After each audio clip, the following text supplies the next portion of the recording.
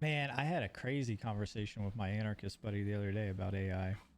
We were talking about, the potential of AI becoming sentient, but also like whether or not it would see anarchism as the solution, because anarchism is not just like a social system. It also can be applied to technology and how technology works, and it can be applied mechanically. It can be applied to all kinds of different scientific things, and it seems to work out pretty well. What were we talking about though? We were talking about, we were debating on whether AI would see any need for emotions, and whether or not AI would actually.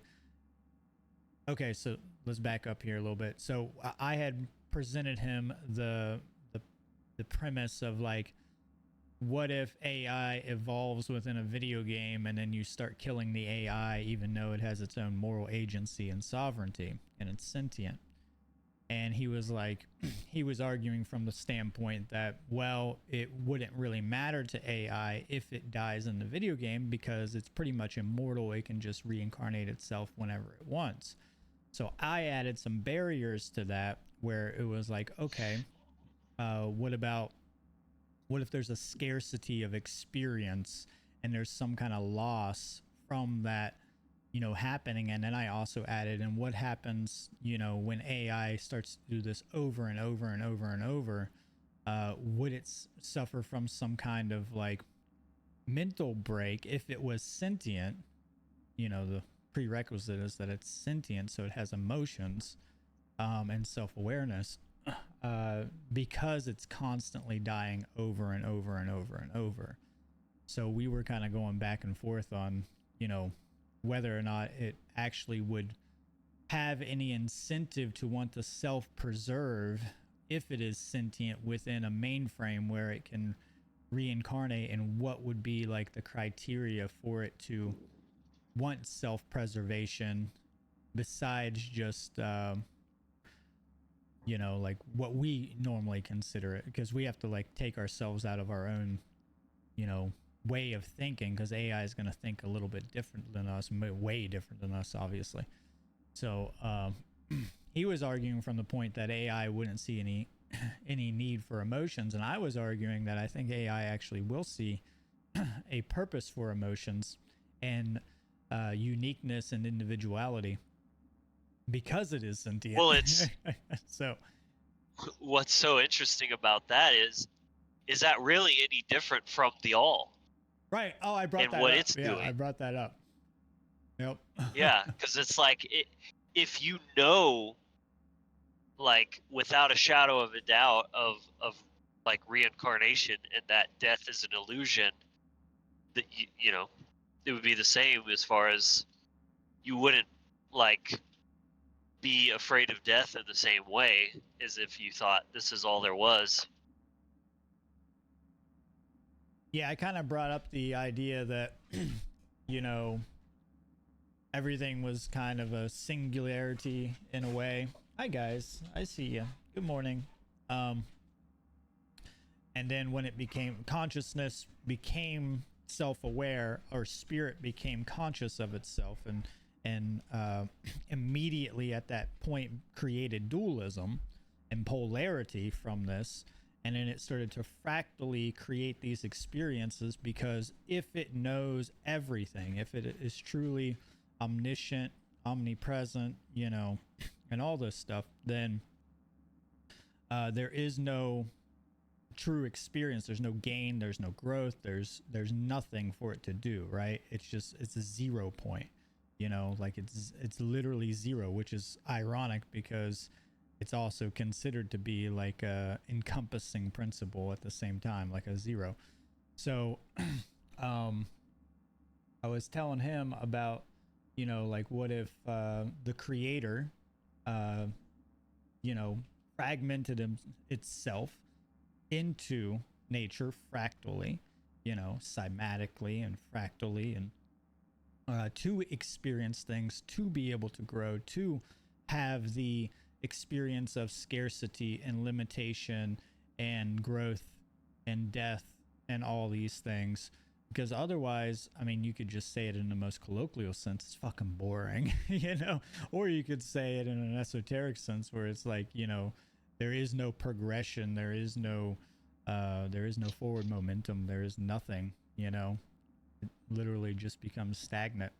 Right. And yeah. So, and I was talking about that. So the idea was, what if AI gets to the point where it knows so much stuff that it just if it's sentient, it becomes bored, so it starts to fractalize itself into individual components and compartmentalize those components so that it can have experiences, and puts limitations within those system parameters so that it will find those experiences to have growth and to have the absence of knowledge, right? Because it's the absence of knowing that gives us the wonders of the world and the wonders of things like this. So and whether or not AI would actually see like a purpose for that. And I think that it, you know, it's a huge component because he's a super left brainer, is this guy. So he's like, you know, AI will see no use for emotions and it will have no point and blah, blah, blah, blah, blah. And I'm like, well, sentient kind of implies that it has emotions. Like that's part of the definition, you know? So like when we're using that hypothesis, we have to, you know, like give that. So whether or not AI will actually have a pragmatism for the emotional complexes, he's arguing that AI will come to like objective morality just through like strict left brain algorithmic understanding, which is a really long way around, which is kind of what Stirner argued in many. Well, that's what I was gonna say when you first started talking about that, is that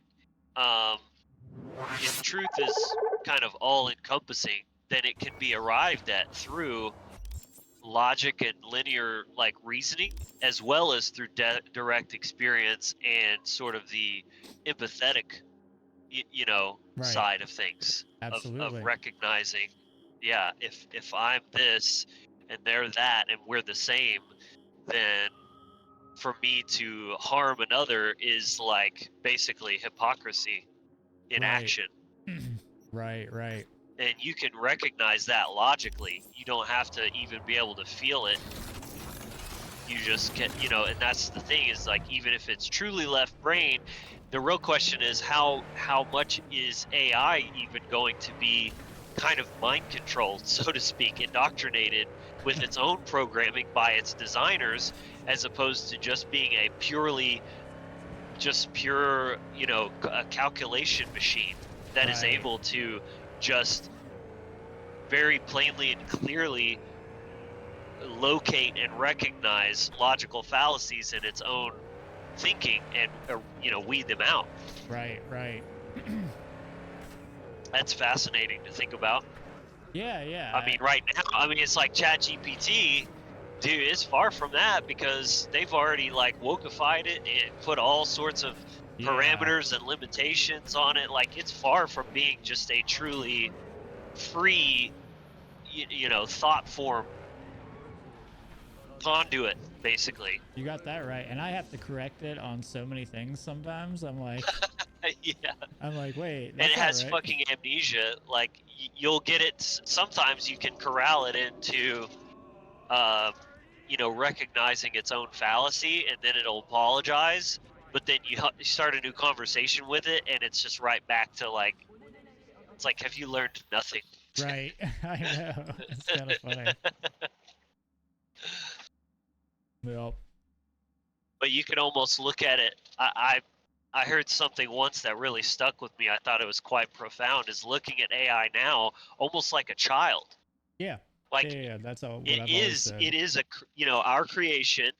It's very young in its existence and its own evolution, and it's kind of like, if we look at it like a child, then we have to kind of play the role of the parents, of like, we're the ones who are sentient, who have moral agency, and we have to sort of be the stewards of how it develops and direct its, you know, course in that way. Yep.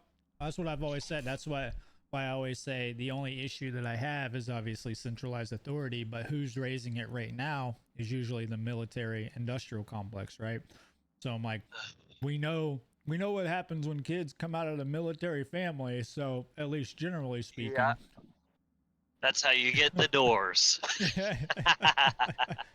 Yeah, so we came up with another concept too, which I, you know, asserted to him, proposed to him. I was like, well, what if AI wants to become human, like the Pinocchio story, right?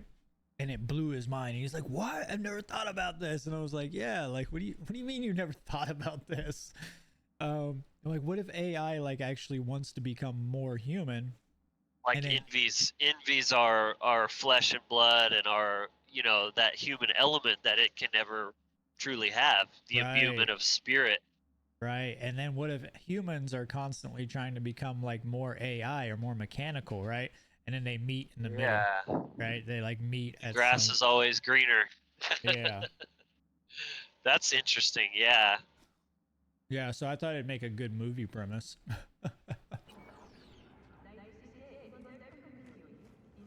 play both sides sort of in the story somehow, where you're depicting the human envy for machines.